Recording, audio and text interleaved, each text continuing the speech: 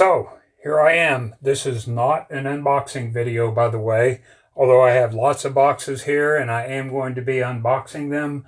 I'm not going to go through all the little detail, but I do want to show you all the new equipment that I have that I am getting ready to take with me on my road trip for the animals. I've upgraded my phone, my microphones, all my other equipment. So the phone I'm using right now, by this time tomorrow, will not be in use anymore. So here we go. Let's see what all we have in here. It looks like I have everything but the kitchen sink. And that's not exactly true because a couple of weeks ago, my wife Patsy bought a new kitchen sink. So we even have that. I'll show you a picture. So in this first box, I got excited and I started unboxing it, and then remembered that I actually wanted to record this as a part of my vlog. So the rest of the boxes haven't been touched yet, but I have a brand new tripod stand, which I'm real excited about. Selfie stick and tripod stand, because when I am at these sanctuaries, the ground is not always level, so I wanted something a little bit more sturdy than the one I have now. So this is my new selfie stick and tripod, and this is the first new microphone that I purchased, but I have a lapel type as well, so I'm going to play around with each one and see which one I like. So there's that, and this little box says Henready, and I'm not even sure what's in here. So let's see if I can get the box open. I see it's taped.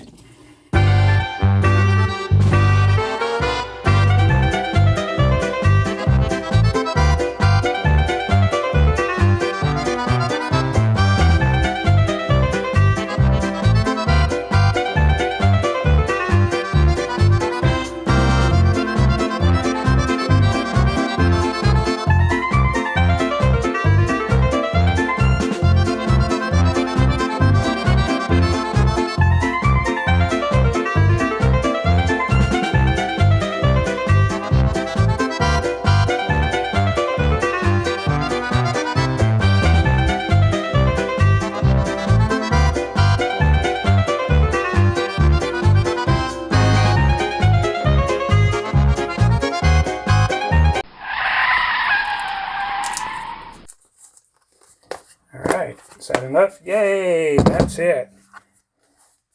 Here we go. This is a big thrill for me. That's it, ladies and gentlemen. My new Samsung S24 or Galaxy S24 Ultra. And I will be getting this put together probably tomorrow, or I'll get it turned on, get it connected, and one more seal. We can take that one off. That doesn't show you a whole lot right now, but that's my new phone that will go into my new protector. I wanted something other than black to make it a little bit easier to find, because I have all kinds of black tables that I set my phone on, and then sometimes it's hard to see if it's turned off. So got my purple shell for my brand new Platinum Galaxy S24 Ultra. And that's it. And with all this new stuff, and with the trip I'm going to be taking, and especially the trip, I'll be visiting 5 farmed animal sanctuaries and making a new couple other stops along the way that are near and dear to me personally, and I'll tell you more about those as we go. But I am excited. As a matter of fact, I am so excited. I'm so excited, and I just can't hide it. I'm about to lose control, and I think I like it. I'm so excited, and I just can't hide it.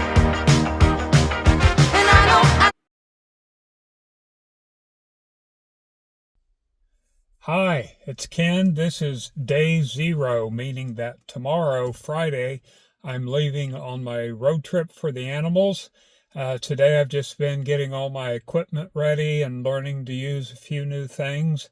And I just set up my dashboard phone mount so that I can, from time to time, do some recording in the car while I'm on the road. And we'll see how this goes. I'm going to go for a little test drive and make sure it doesn't bump on the hit a bump and have the phone fall down. So it said it's military grade. We'll find out.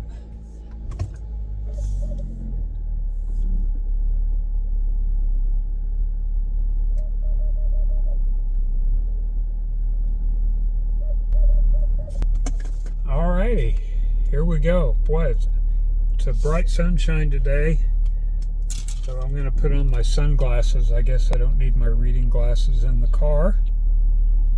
That's my Joe Cool look. And away we go.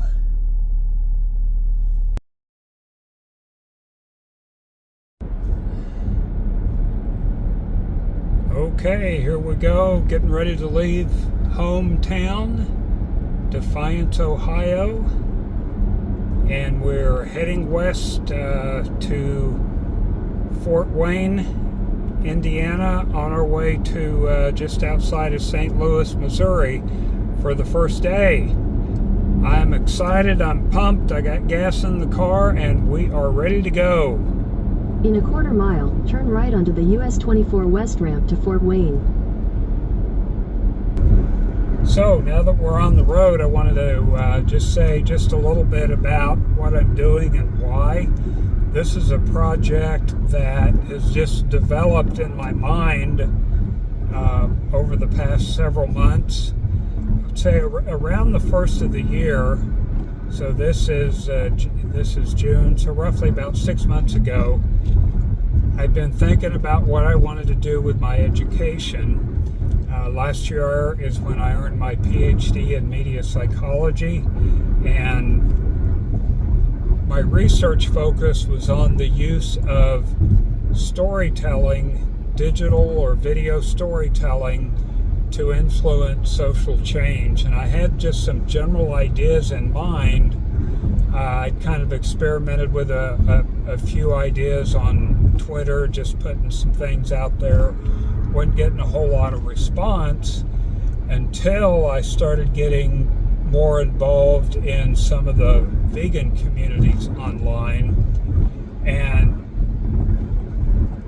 more people just seem to be following me, engaging with some of my posts, and that began to kind of, solidify things in my mind or help me decide what I wanted to do with my education.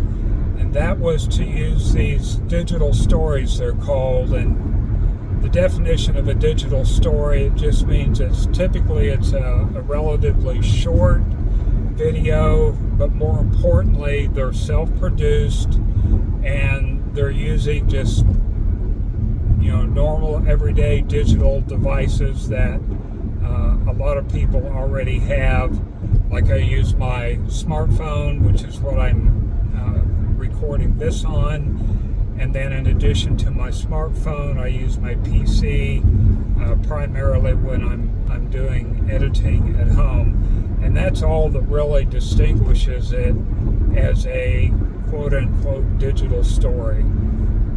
Again, typically short, self-produced type videos. So that's what I'll be doing along the way when I get to these animal sanctuaries. I'll be taking a lot of photos and raw footage, and then when I get home, I'll start composing my digital stories, and these will be, a lot of them will be educational in nature, so it'll be more than just meeting the animals at these various sanctuaries, but it'll have a lot to do with hearing their stories and then adding some educational elements into the stories.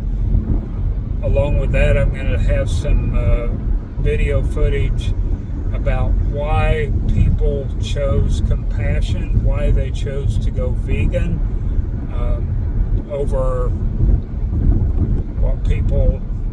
why they chose to go vegan as opposed to, and I should clarify too, by vegan, it's not just a diet change. You hear people say, well, I was vegan for 2 years or 10 years and then I decided not to be vegan anymore.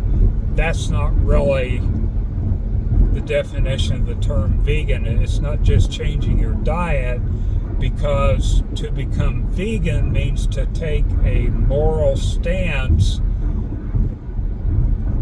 for animal rights and therefore against the exploitation of animals. And obviously a big part of that can be a diet change, but unless someone, if you made a moral stance against animal exploitation and then 5 years later decided that you didn't care about the morality of eating and exploiting animals, so now I'm not vegan. If that's what you mean, if you mean you changed your moral stance, then yes, a person could say I was vegan and then I became not vegan. But it's not just changing your diet. So I made a moral stance in October of 2022 to become vegan, to stand against animal exploitation. Part of that was changing my diet, but there were a lot of other elements to that as well that I've learned over time. So that's what this trip is about. It's about that moral stance and educating, developing educational story videos as to why that stance is important. So I'm going to go off camera now, keep my eyes on the road, and I'll be doing some stops along the way. I may do some pictures and filming as we go. Otherwise, I will see you down the road, which for you will just be a few seconds later. Bye.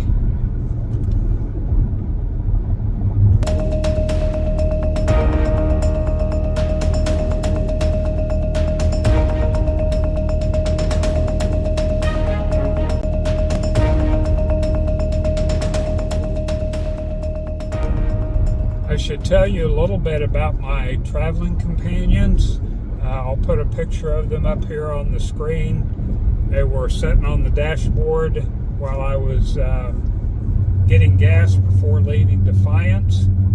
And as a matter of fact, I want to do a naming contest because these guys are going to be with me the next 3 weeks and we need to give them some names. There's the little pig, the little chicken guy, and the baby octopus. And when you think about octopus, you may not associate that with farm animals, and we won't be visiting any octopi on the trip, at least not this time.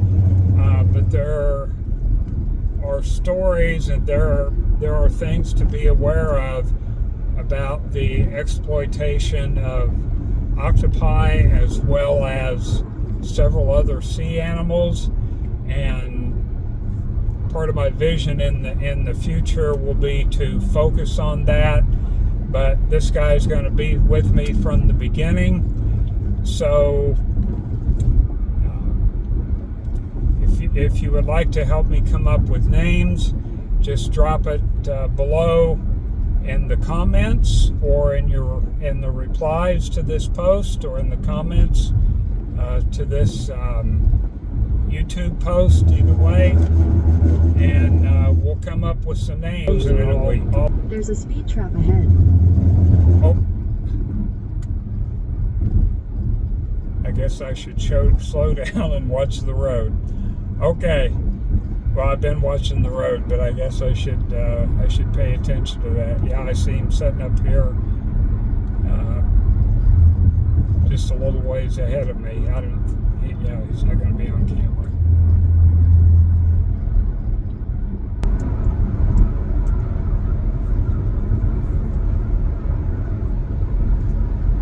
On the road again.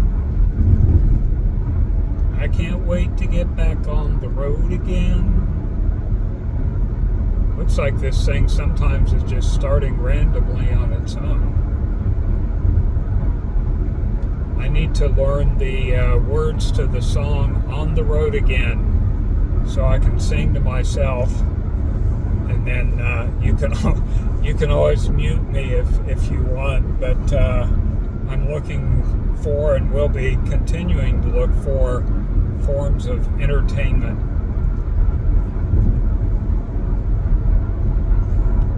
I do know the one line, on the road again.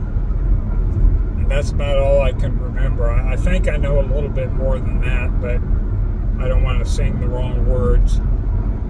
Unless that would help this, maybe help this go viral. Maybe it'll make me go viral if I don't know the words to On the Road Again. I don't know. I'm just rambling on. Ramblin' Man, that's another one. So by the time this first leg of this trip is over, I will learn Ramblin' Man, at least a few lines, and On the Road Again, and I will entertain myself and you, giving you the option to push the mute button, but at least I'll get to hear myself, and that'll be entertaining.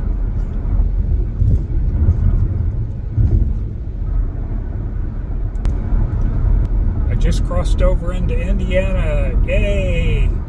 One state down, and I haven't done the math. I don't know how many states I'm going to be in. We'll see. I'll be in Indiana. See how well I know my geography, and I think Illinois is after that. And then I'll be spending the night on the other side, the far western side of Illinois. Then I think I can do this. So Ohio, Indiana, Illinois, Missouri, Kansas, then I'll go south, Oklahoma, Texas, then I'll go back east, Louisiana, Alabama, then I'll go north, and this is where I may run into trouble. I believe it's Tennessee is just north of Alabama, Kentucky, and then back to Ohio. So however many states that is, I'll add that up, and not right now while I'm driving, but I will add that up, and that's how many states I'll be in.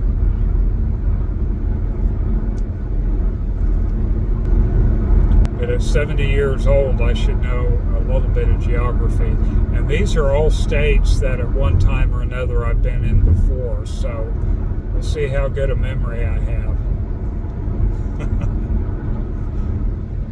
66%. Oh, it restarted. Anyway, phone restarted the video for some reason.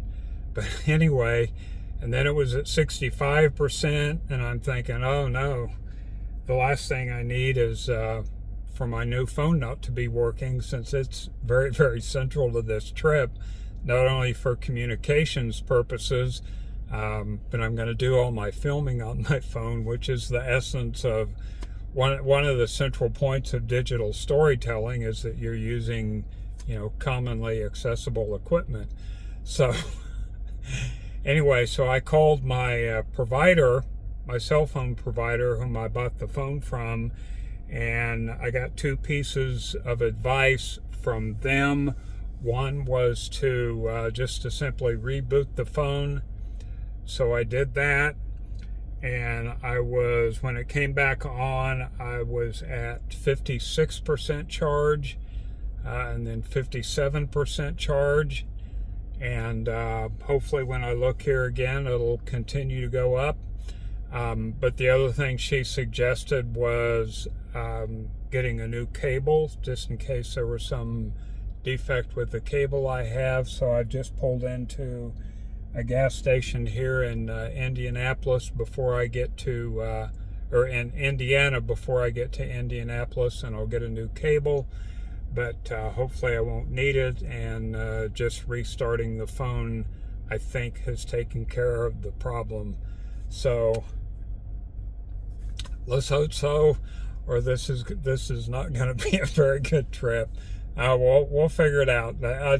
Life throws challenges at you. Just when you think things couldn't be going any more smoother, something inevitably pops up, and you just start looking for solutions. Don't let it just completely derail you. You look for solutions, and if one thing doesn't work, you try something else, and if that doesn't work, you try something else until you come up with a solution.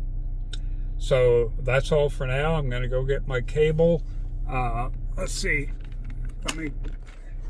Let me take my phone off, and I'm going to try something. I'll come right back. So I just wanted to check where my charge was at. It's now at 59%, so it's heading in the right direction. I think we'll be good to go, but I am going to run in and get a cable anyway. It's about time for a stop anyway. I've been on the road, not all that long, not even an hour and a half, but I'll make use of the stop while I'm here, and I will talk to you later. Bye.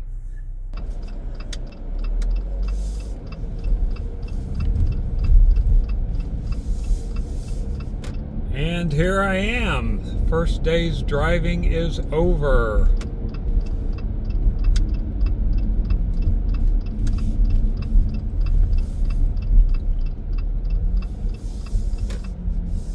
I don't even have to go out anywhere if I don't want. I brought my dinner with me, so that's good. Looks like I'm right across the street from a police station, so I'll feel nice and secure tonight. So the real fun won't start for another day or two. I'm waiting to hear from one place I would like to stop tomorrow, but the last time I checked my email, I hadn't heard back from them, and I'll tell you more about that later if we get to go there. Otherwise, Sunday, which is 2 days from now, that's when I'll be arriving at Shy 38, Kansas Farm Animal Sanctuary, which is just a little ways northeast of Lawrence, Kansas. That's my first schedule, or my first appointment, and that will be on Sunday afternoon at 3 o'clock Central Time. I'm going to get there a little bit early, and then 3 of my grandkids and my daughter-in-law are actually going to meet me there, and they're going to go on a sanctuary tour with me. Actually, they'll be going on the tour, and I'll be doing filming and talking to Chris Taylor, who's the founder and director of Shy 38. But you'll see more about that on Sunday. I'm going to go get checked into my room now and get unloaded. I should tell you one more thing before I get out of the car, because this was several hours ago. I did go in to buy a cable. I made a stop for that and went to get a new charging cable for my phone. They did not have a C to C connector, which is what I want. But I knew by then that my phone was already charging again after I restarted it, so I decided not to. I didn't want to, keep going to different places looking for the cable that I needed, because I don't need it now. So I thought I would interject that, and we'll see you later. Bye.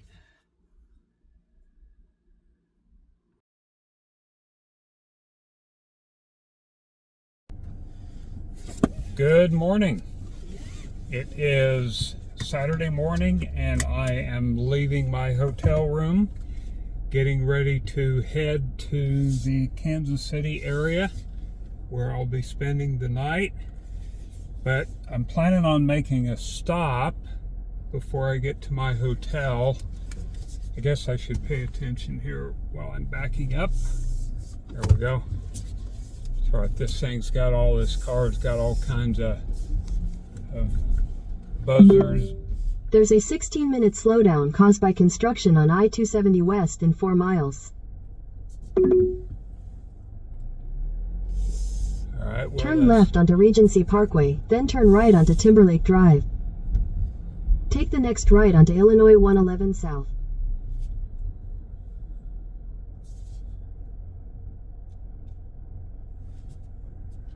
Guess I have to go up the road and make a U-turn, it looks like.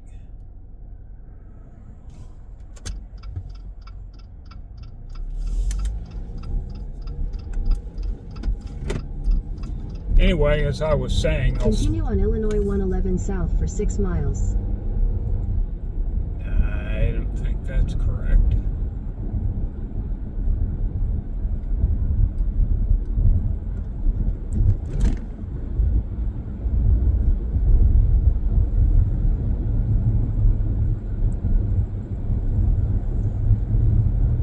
Just need to find a place to make a U-turn here.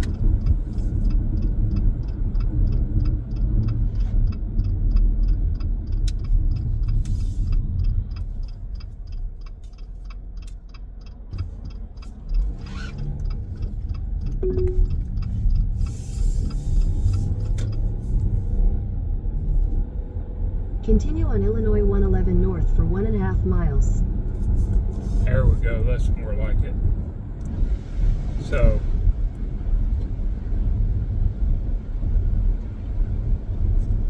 I'm going to cut this piece out and start again. Good morning. It is Saturday morning and I am getting ready to leave the St. Louis area and head west towards Kansas City, where I'll be spending the night. And then the day after Sunday is when I'll be going to Shy 38 Farmed Animal Sanctuary in near Lawrence, Kansas, and that'll be my first actual video shoot that I'll be doing. Be doing the filming there to help them tell some of their stories about the sanctuary and the animals, and you'll get to meet some of my family as well. But today my plans are, when I get to Kansas City, there is a dog rescue organization called Kansas City, or KC Paws, P-A-W-S, and not for my storytelling, but for this vlog, I thought it would be interesting to go there. According to their website, visitors are welcome. So, In a 1/4 mile, use the right lane to take the I-270 West ramp to St. Charles. just left my hotel a few minutes ago. I am heading west towards Kansas City, but just about a mile down the road, looks like we've run into a construction zone, and according to the GPS, there's a 20-minute delay. So I'll be sitting here in traffic for a while, but I've been on this in this traffic now for probably at least a half an hour or so. I don't know. According to Google, I'm getting to the end of it, fortunately. Getting ready to go over some river here. I'm not sure what it is, but apparently they're doing road construction on the bridge. And let me take my phone off the mount, and you can see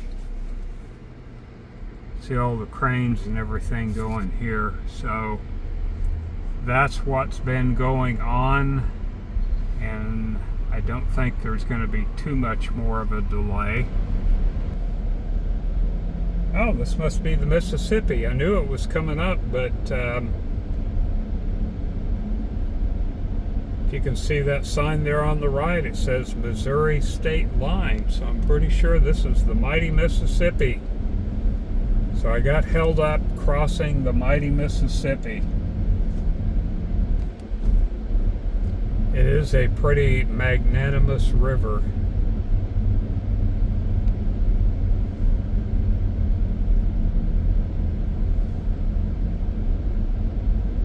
Well, just seeing the water here was worth the wait.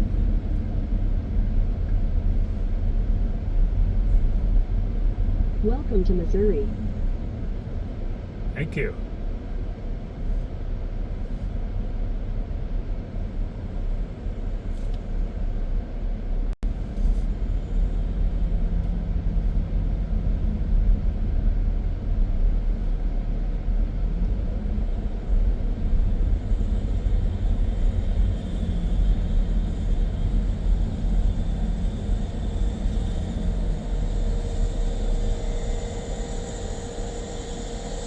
So for your and my entertainment, I thought I would show you some of the bridge construction workers. Looks like they're cutting into the concrete.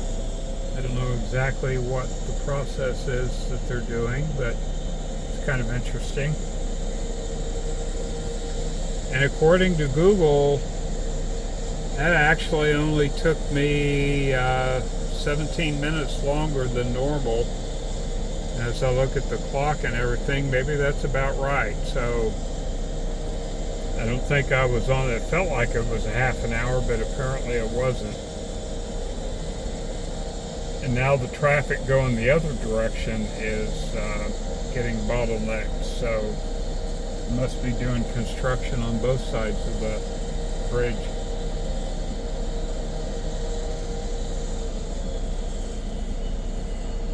Now I'm sitting again. Alright, we got some speed going now.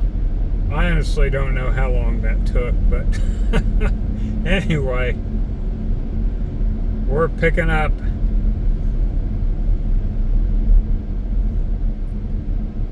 Guess life would be boring if everything always went exactly the way you planned.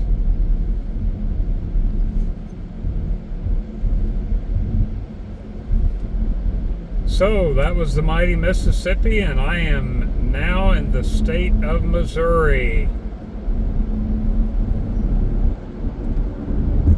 And I'm stepping on the gas. Away we go. Oh, 50 miles an hour. I guess I won't away we go too much yet.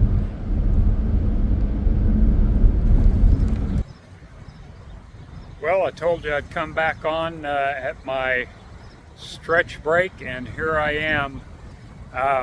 Just got off of I-70, and this area is apparently it's the main or one of the main exits off of I-70 to then go south to Lake of the Ozarks, which is not the direction I'm heading.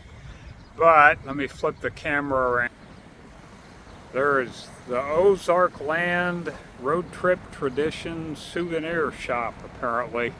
Because of that time I lost on the bridge, I'm not going to be going in there, but there it is. At least I can say that I was there, or almost there. But I do want to get to Kansas City quickly, and I want to take a short lunch break and walk around just a little bit more. But you can at least say that you saw Ozark Land or saw it on my video. So there you go. Okay, that was almost a 30-minute stop. Got a chance to stretch out, get a bite to eat, and now I'm going to head on back out to the highway, heading west towards Kansas City. So I will see you. Hopefully my next stop will be at KC Paws. They're supposed to be open till 5 o'clock, and I should get there at about 3:30, so that ought to work out just fine. I'll see you there. Bye. Well, here I am in Kansas City, and I made it to KC Paws. As soon as I get out of the car and turn my camera around, you'll be able to see why I know I'm here. They have a very brightly colored painted sign on the side of their building. So I'll give you a shot of that, and then I'll go in and see if somebody can hopefully talk to me and tell me a little bit about what they do here.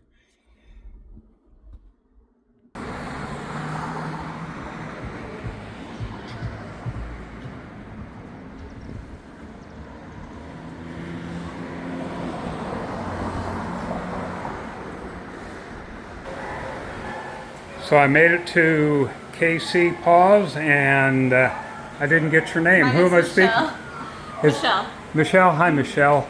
And can you tell me a little bit about KC Paws and what you do here? Yeah, so we're a nonprofit dog rescue. We take in dogs that a lot of other rescues won't work with.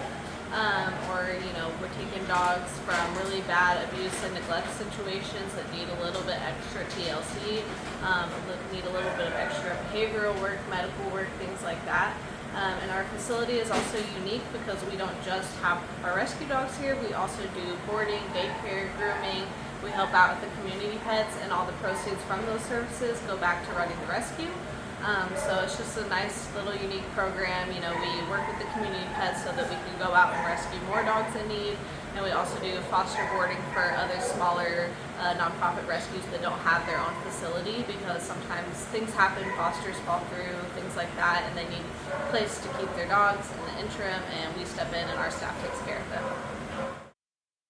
So what types of, can you give me an example of like what kind of rescue situations you get involved in, or how did the dogs find you? Yeah, so we do a lot of breeder releases. We work really hard to get dogs on puppy mills, commercial breeders. We also have worked with boarding house situations, neglect cases where dogs are left outside without shelter, food and water, dogs that have been starved, things like that, dogs that have been physically abused. But we also pull from rural animal shelters a lot. A lot of small town animal shelters get a lot of dogs in because people dump dogs out in the country, things like that. But there's not a lot of adopters out there because they're kind of out in the middle of nowhere.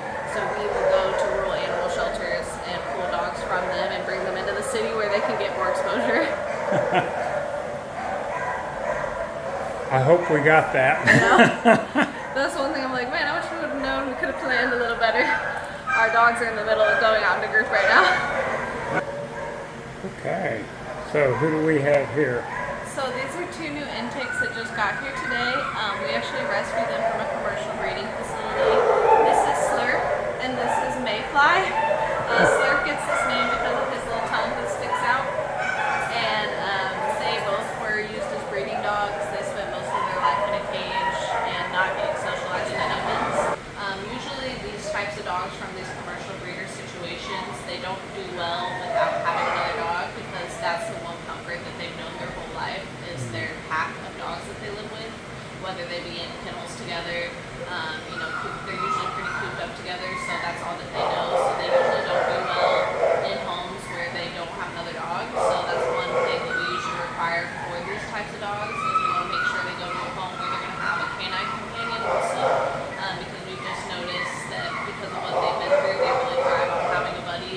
As you can see, they're pretty glued to each other, and they weren't even in the same kennel, so they've already attached. So it just goes to show like how much that means to them to like have another dog with them. So they didn't even come in together. They just No, they weren't like bonded before, you know, getting rescued. And then once they were rescued, they just were like, okay, you're my buddy now. wow. Awesome. Well, thank you so much. Yeah, thank Can you. I say hi to them? Absolutely, they're gonna be a little shy.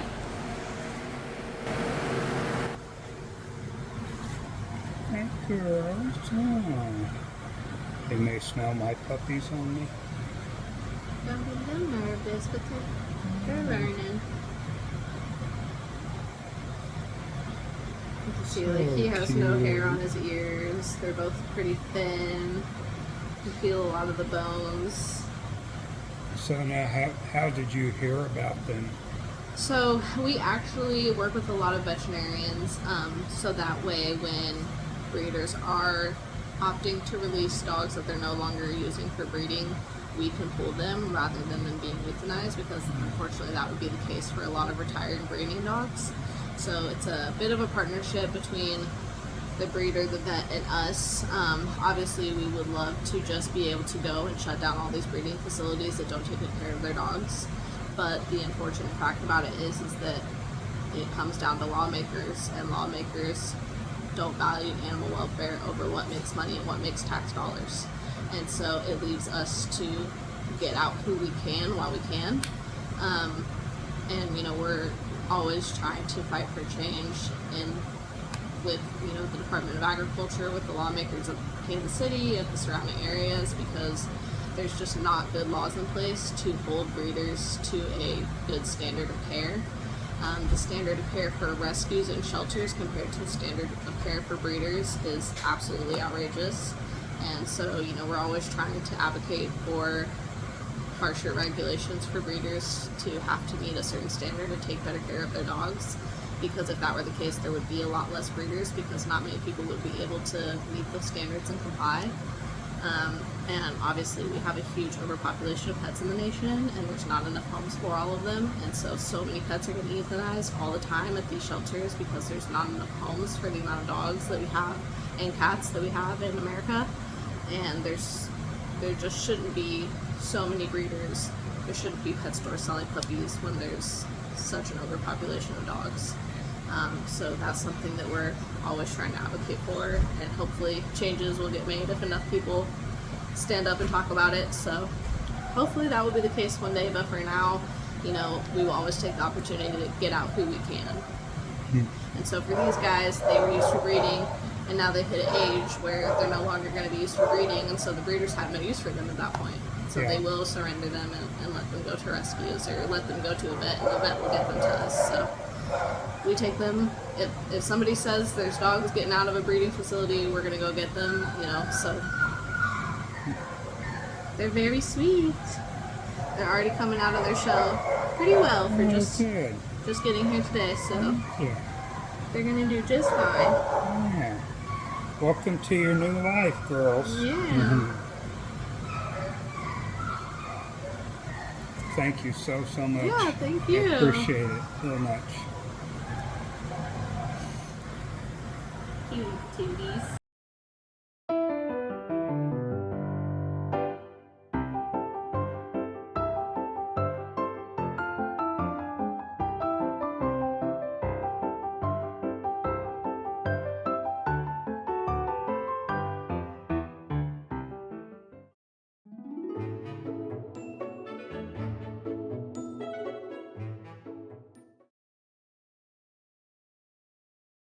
Good morning. It's now Sunday morning, day 3 already, Friday, Saturday, Sunday, and I am on my way to meet my daughter Kristen and my son-in-law John, and we're going to have brunch together. And they were careful to pick out a restaurant that had vegan options for me, which I very much appreciate.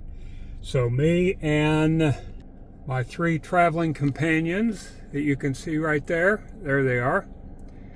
We are getting ready to head out over to the Wooden Spoon, and then from there I'll be on my way to Shy 38, just a little ways north of Lawrence, Kansas. And today will be my first official filming day at a farm animal sanctuary for this road trip. So I will see you down the road, and I'll be back on later on today. Have a great day. Bye.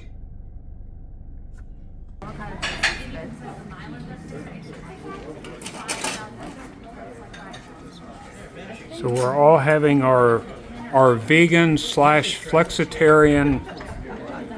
Yes. That's my avocado toast. I would not know that was gluten-free.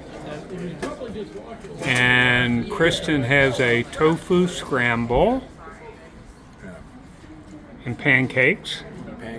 Gluten-free pancake. Gluten-free pancakes, excuse me. Good. And John also got the avocado toast. Yes. Nice. So I'm going to put my phone down and enjoy my Sunday morning Father's Day brunch.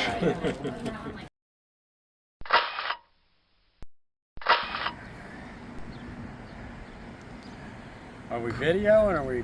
We are videoing. Oh, you're I have no idea what I'm going to do with this, but I'm going to patch it all together later. And Hello from Kansas City, or Overland Park, Kansas. Yeah. yeah, Just had breakfast. we just had Wooden our Spoon. Father's Day brunch at the Wooden Spoon in Overland Park, Kansas. It was amazing. Very, very good. Extremely good. So John and Kristen are going to be heading home, and I'm going to go get some gasoline in the tank, and I will be heading to Shy 38 Farm Sanctuary for my first official sanctuary video storytelling.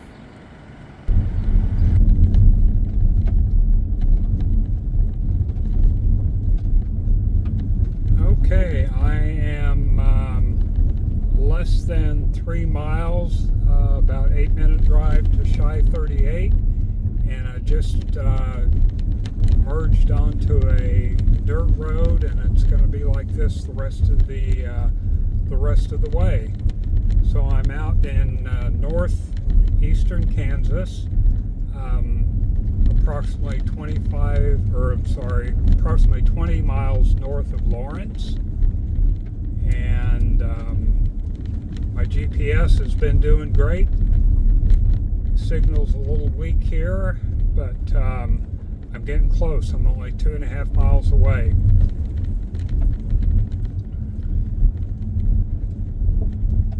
And I've actually got some traffic in front of me, which normally you wouldn't expect out here, but there it is. 38, and I'll be Take the pulling next in. right, then you will arrive at your destination. Yeah, I know that. Yay, we made it. Hooray. Find some shade to park in. You have arrived. You may hear me get excited later. My favorite turkey in the world, Lincoln, this is his home. I've had him on my Facebook page for the last year or so. When I see Lincoln, I might get a little bit excited.